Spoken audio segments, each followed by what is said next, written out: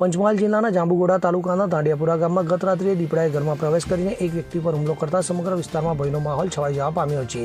તો સમગ્ર જાણકારી અનુસાર તાલુકાના ધાંડિયાપુરા ગામની રાઠવા ફળીમાં રહેતા વિક્રમભાઈ રણછોડભાઈ રાઠવા પોતાના પરિવાર સાથે ગત રાત્રે ઘરમાં સૂવાની તૈયારી કરી રહ્યા હતા. ત્યારે રાત્રિના લગભગ 10 વાગ્યાની આસપાસ તેમના ઘરના આંતરિક ભાગમાં બાંધેલા બકરાનો જોરદાર અવાજ સાંભળીને પરિવારજનો દોડી આવ્યા હતા અને બૂમાબૂમ શરૂ કરી હતી. ત્યારે આ બૂમાબૂમથી ડરીને એક ભાગતા દીપડાનો સીધો સામનો વિક્રમભાઈ સાથે થયો હતો, જેમાં દીપડાએ વિક્રમભાઈ પર હુમલો કરી દીધો અને પછી જંગલ તરફ નાસી છૂટ્યો હતો. તો આ હુમલાના કારણે વિક્રમભાઈના હાથ અને કમરના પાછળના ભાગે ગંભીર ઇજાઓ પહોંચી હતી, જેને લઈ તેમને તાત્કાલિક જાંબુઘોડા સામૂહિક આરોગ્ય કેન્દ્ર ખાતે સારવાર માટે લઈ જવામાં આવ્યા હતા અને ત્યારબાદ વધુ સારવાર માટે વડોદરા ખાતે રિફર કરવામાં આવ્યા હતા. તો આ ઘટનાની જાણ થતાં જાંબુઘોડા વન વિભાગની ટીમ ઘટના સ્થળે દોડી આવી હતી.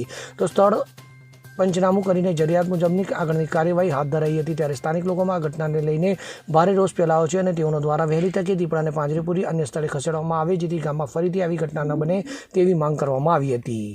કિરણ ગોયલ સાથે CN24 ન્યૂઝ, પંચમહાલ. હવે જુઓ દેશ દુનિયાની તમામ ખબરો તમારી આંગળીના ટેરવે.